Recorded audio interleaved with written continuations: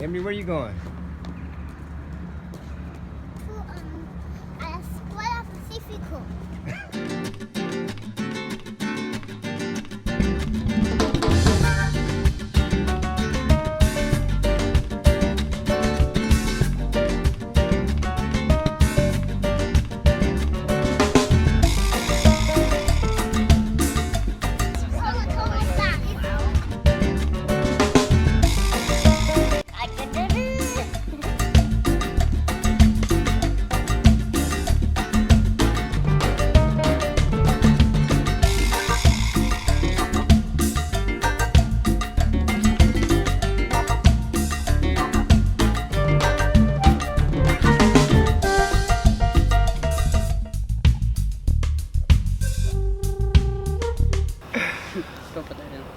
Hola, ¿cómo estás? Hello.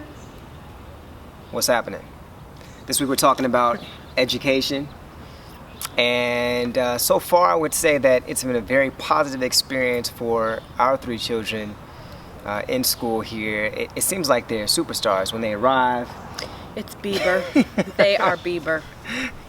Yeah. It's ridiculous. Like, there's students like standing in the balcony sometimes and they say, Emery, Gazo, Zuri, you know, and so they get excited and they wave and So like when we come, they're all like outside, not going in their classrooms because they're busy screaming for our kids. Do you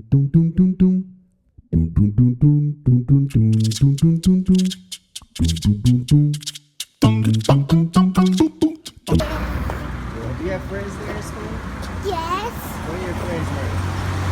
Italia and Jimena. Italian. And what's Victoria. Emily, where you going? A la escuela Pacífico.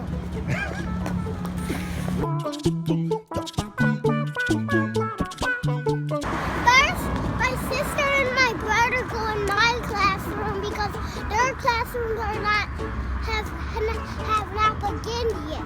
Okay. Can you tell me about like what's a day like at school? What do you do at school?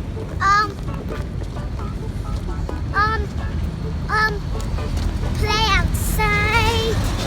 And play on the swings because that's my favorite part of the whole school. And what do you? Because when you swing, you get to get really hard. Okay. And what do you learn? Lots of words. At Escuela Pacífico, I do we go outside. My favorite part of the outside is there's a house there and it has a kitchen outside. And You play in the kitchen? and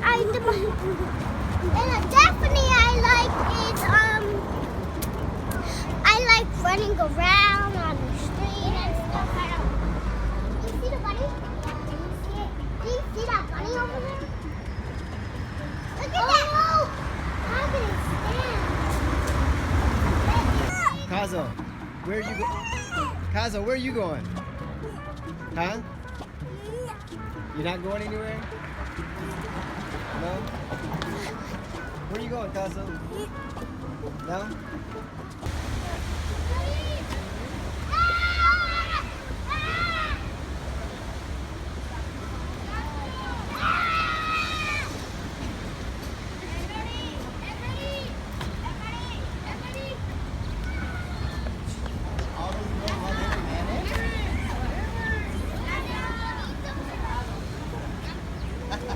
And then when the end of the day comes, they're doing the same thing. And so yesterday in particular, was it yesterday? I don't know. One day I pick them up and I'm trying to like get their bags and stuff, and we're sitting in the lobby and all the kids are coming down from their class to go to their next thing, and all the kids are stopping, and like the teachers were like, come on, and they wouldn't stop. They were just like, ah! And they're looking at me, I'm like, it's not my fault. So it's kind of funny though. Yeah, and Big kids too. I mean, like yeah, we're talking like 7th graders, high schoolers. We're not talking like 1st and 2nd graders. We're talking like big kids who are like, I'm Eddie. Yeah, and if they play like rock, paper, scissors after school, yeah. Which our kids don't really get yet. They just kind of like they do the it, motions, but they they're like, who won? Who won? Yeah.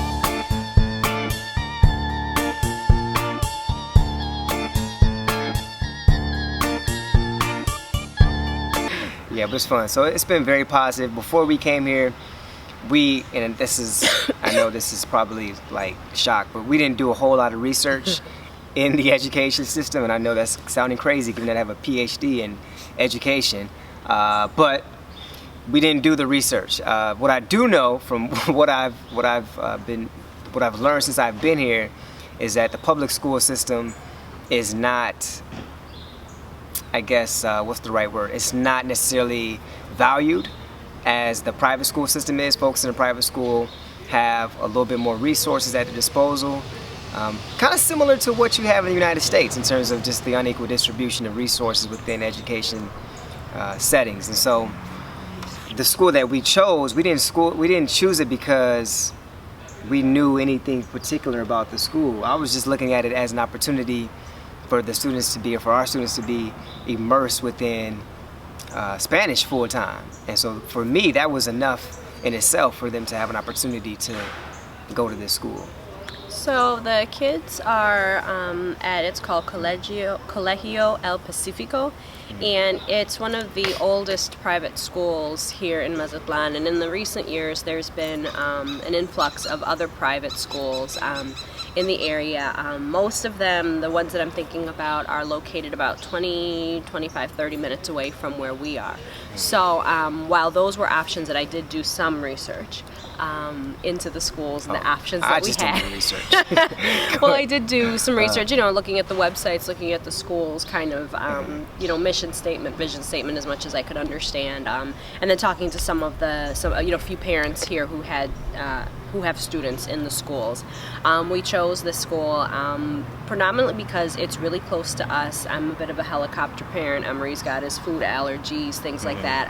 We don't have a car. We don't own a car. So it was just really, kind of a combination of convenience, combination of longevity. The tuition was within our price range. And actually, when we first got here, the intention was really to homeschool.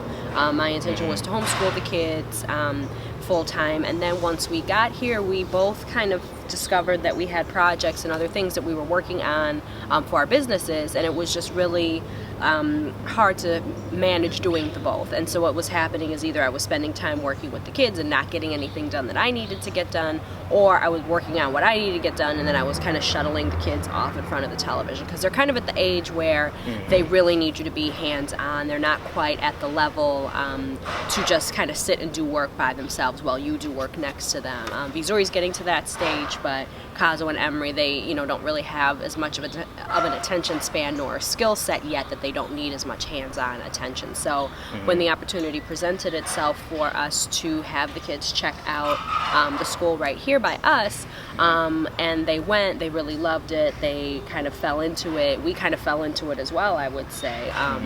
It wound up working out really well. The school day is from 8 a.m. to 1 p.m., so it allows us to actually still have a lot of the day left with them. And so we've been doing our best to supplement in the afternoons with English instruction, because it's full day Spanish immersion. If they have in like an hour or so of English some days. Yeah, it doesn't seem to be every day. Yeah, so like the school day, like she said, is from 8 to 1, but there's something that happens between 1 and 2:30. I think it's some kind of... They have like an aftercare program, because the big kids, so kinder, so the levels kinder through middle school, they only have school until 1 p.m. But then the upper middle and high school, they go to 2:30, and many of the parents have kids in a range of grades. And so from 1 to 2:30, they do have aftercare for the children. So they go and watch movies or play games or do activities, coloring, arts and crafts, etc. So there have been some days we've let them stay later till 2:30. So, but even at 2:30, we're home by 3. So we still have quite a bit of the day left to spend, together.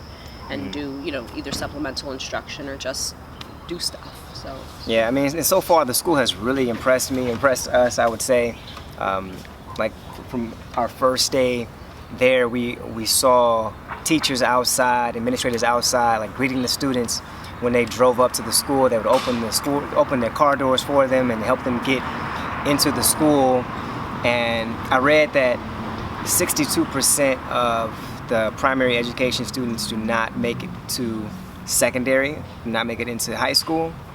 And I don't know how that is impacted as a result of their experiences in primary school, but I'm determined that our students are going to make the best of this education experience, obviously go to high school, and if they decide to go to college, we'll support them in that process as well. And I believe that we're laying a really good foundation for them by allowing them to attend this school and to have this experience learning the Spanish language. I mean, that was what it was for me.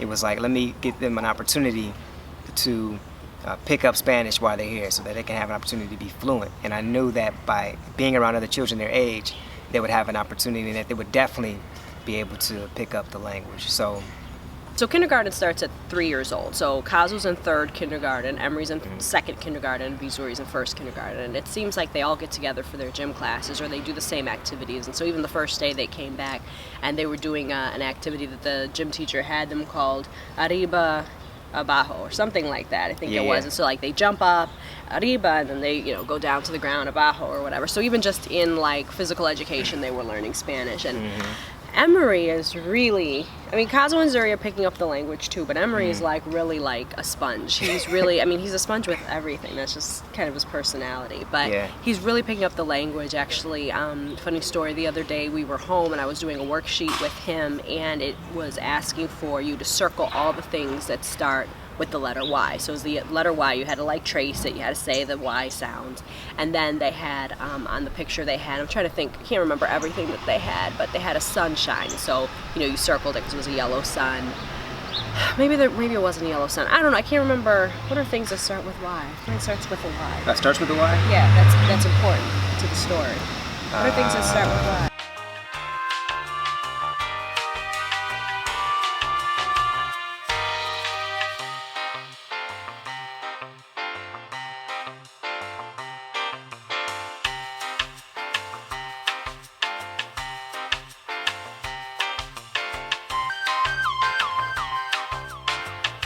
There was stuff on the page that started with Y, and there was obviously stuff. Yellow? No, but see, that's the point of the story. So I don't know why I'm so tired. Yarn. So there was yarn was one of them. That's a word. So at any rate, back to the story. Just give it up. Just give it up. So at any rate, there were like 4 or 5 objects on the page. Some of them started with the letter Y, and some didn't. And so he had to circle the ones that started with the letter Y. And so one of the pictures was a paint splatter of yellow paint. Yummy cake. And so it was a paint splatter of yellow paint, and he circled all the other things that were Y's, and I was kind of looking at him, I was like, did you do all of it? He's like, I'm done. I'm like, are you sure? And he's like, what's that? And so we're pointing through and seeing why he chose the things that he chose, and I said, well, what about that one? And I pointed to the yellow paint splatter, and he goes, what do you mean? And I was like, well, how come you didn't circle that one? He's like, because it's amarillo. I looked at this child like, what? He's like, it's amarillo. I'm like, but what color is amarillo? He goes, amarillo. And I was like, but what color is amarillo in English? He said, yellow. And I was like, okay, so does yellow start with a Y? And he was like, and I was like, okay, so are you gonna circle? He said, I was like, why not? And he's like, because it's amarillo. So he was like really intent on like not circling this yellow splatter of paint, what to me was a yellow splatter of paint, but to him was an amarillo splatter of paint. But that's just like one case in point. It was kind of funny.